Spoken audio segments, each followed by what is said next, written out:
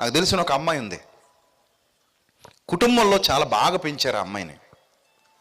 వాళ్ళ నాన్నగారు కానీ వాళ్ళ అమ్మగారు కానీ ఆ అమ్మాయికి ఏ లోటు చేయలే. చిన్నప్పటి నుంచి కావలసినవన్నీ ఇచ్చారు. మంచి జీవితం, హ్యాపీయెస్ట్ లైఫ్. కాలేజీకి వెళ్ళటానికి ఒక మంచి స్కూటర్ కూడా కొనిచ్చారు. చక్కగా కాలేజీకి వెళ్ళి వస్తుంది, రోజుకు కొత్త డ్రెస్ వేసుకునే విధంగా ప్రతిరోజు కొత్త కొత్త బట్టలు, మంచిగా హ్యాపీయెస్ట్ జీవితం. వాళ్ళ నాన్నగారికి ఆ పాప అంటే ప్రాణం, వాళ్ళ అమ్మగారికి ఆ పాప అంటే ప్రాణం. అంత ప్రేమగా తల్లిదండ్రులు ఇద్దరు పెంచుకున్న తర్వాత అక్కడ తగిలాడు ఒక పనికిమాలినోడు.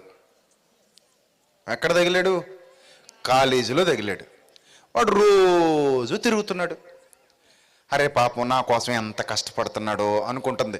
ఏదో పెద్ద కూలీ మూటలు మోసినట్టు. వాడు రోజు తిరుగుతున్నాడు, రోజు నవ్వుతున్నాడు, పువ్వులు తీసుకొచ్చిస్తున్నాడు, ఏదేదో చెప్తున్నాడు, ప్రేమగా మెసేజ్లు పెడుతున్నాడు. ఇంకా ప్రపంచంలో వాడికి పదాలే దొరుకుతులేదట. ఏది ఈమెను వర్ణించడానికి. అయిపోయాట పదాలన్నీ. తెలుగు భాషలో పదాలన్నీ ఏమైపోయాట? అయిపోయాట. వాడేసాడట పాపం పిల్లాడు ఖాళీ లేకుండా.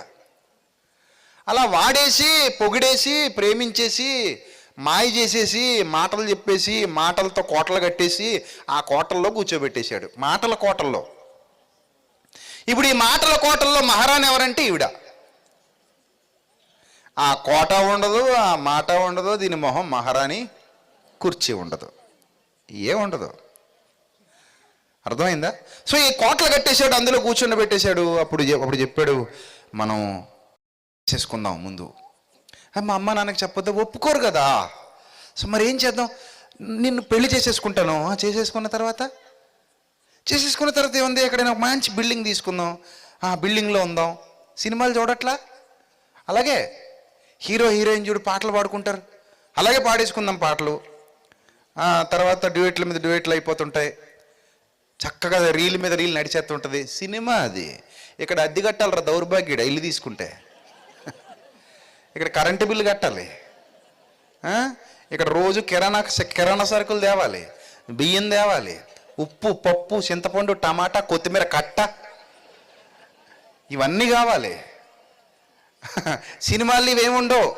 పెళ్లి చేసేసుకుంటారు, ఎక్కడి నుంచి వచ్చేస్తుందో బైక్ వచ్చేస్తుంది, ఎక్కడి నుంచో మంచి రూమ్ వచ్చేస్తుంది, అక్కడికి వెళ్ళి కుక్కల్లో దొల్లుతుంటారు, అక్కడ పాట వచ్చేస్తుంది. ఇది చూసి మీరు ఇన్స్పైర్ అయిపోయి నా జీవితం ఇలాగ అయిపోద్ది అన్నమాట అనుకుంటుంది.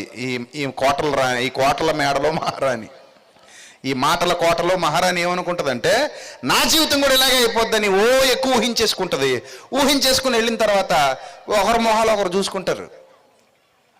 ఇప్పుడు ఏం కావాలి? భోజనం కావాలి. సో నీ మెడలో చైన్ తీసేద్దాం ఈ రోజుకే, రేపొద్దునేమో గాజులు తీసేద్దామే, ఎల్లుండేమో మీ నాన్నగారు పెట్టిన ఉంగరం తీసేద్దామే, తర్వాత నిన్ను బ్రోకర్ హౌస్కి అమ్మేస్తానే. మరి అంతే కదా, అయిపోయింది జీవితం. చూసారా? ఒక్క దురాలోచన దానికి కారణం. ఒక్క దురాలోచన కన్విన్స్ చేసేసాడు వాడు. ఎలా కన్విన్స్ చేశాడు? నీ జీవితం అంతా రంగులమయం. అవునవును, రంగులే రంగులు. కాకపోతే బుర్రలో కనబడతాయని తెలియలేదంతే. రంగులు బయట కనబడవు, ఒక్కటి పీకేసరికి ఎక్కడ కనబడతాయి? కళ్ళల్లో కనబడతాయి. అలా కనబడతాయని తెలియక నీ జీవితం రంగులమయం అనేసరికి, నీ జీవితం ఆనందమయం అనేసరికి కన్విన్స్ అయిపోయి పనికిమాలినోడితో వెళ్ళిపోయింది. ఎక్కువ మంది ఇలా చుట్టూ తిరిగే వాళ్ళు పనికిమాలినోళ్ళు తిరుగుతుంటారు. పని చేసుకునే వాళ్ళకి అంత ఖాళీ ఎక్కడ ఉంటుందిలే, వాడు పని చేసుకుంటుంటాడు. పని పాట లేనివాడు ఏం చేస్తాడు? ఇంక ఇదే పని, ఇంకా అలా తిరుగుతూ ఉంటాడు. వాళ్ళకి ఇలాంటి వాళ్ళు తొందరగా కనెక్ట్ అయిపోతారు. కనెక్ట్ అయిపోయిన తర్వాత వాళ్ళ జీవితాలు నాశనమే. అలా నాశనం అయిపోయిన తర్వాత ఇటు అమ్మ దగ్గరికి వెళ్ళలేక, అటు నాన్నకు ముఖం చూపించలేక, ఇటు ఈ జీవితాన్ని జీవించలేక, వ్యభిచారపు గృహంలో బతకలేక, చావలేక ఆత్మహత్యలు చేసుకుని చచ్చిపోయిన అక్క చెల్లెమ్మలు ఎంతమంది ఉన్నారు తెలుసా మీకు? చాలామంది ఉన్నారు. దానికి కారణం ఏంటో తెలుసా? ఒక చిన్న దురాలోచన.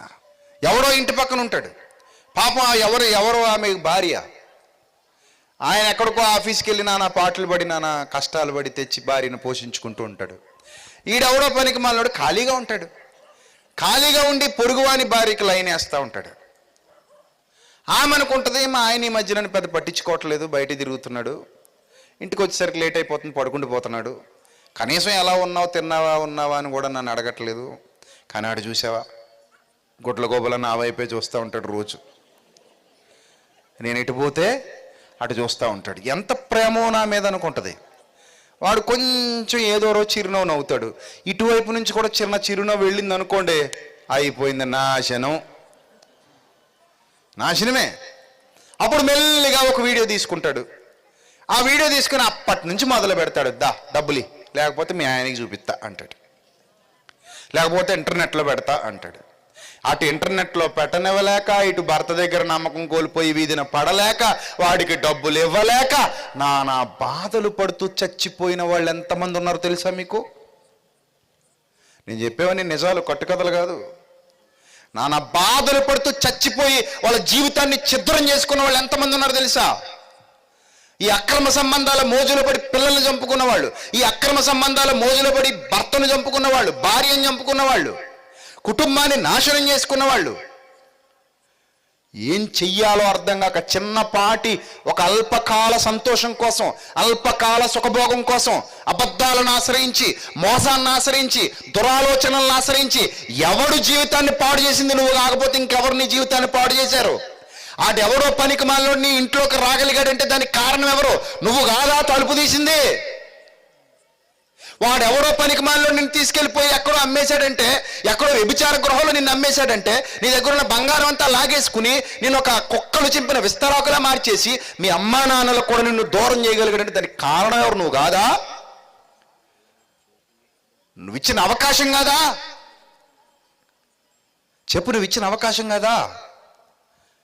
ఏ తప్పు జరగాలన్నా మన ప్రమేయం లేకుండా జరగదు.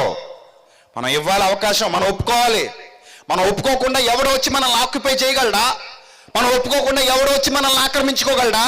మనం ఒప్పుకోకుండా ఎవడో వచ్చి మన మీద ఎక్కి కూర్చోగలడా?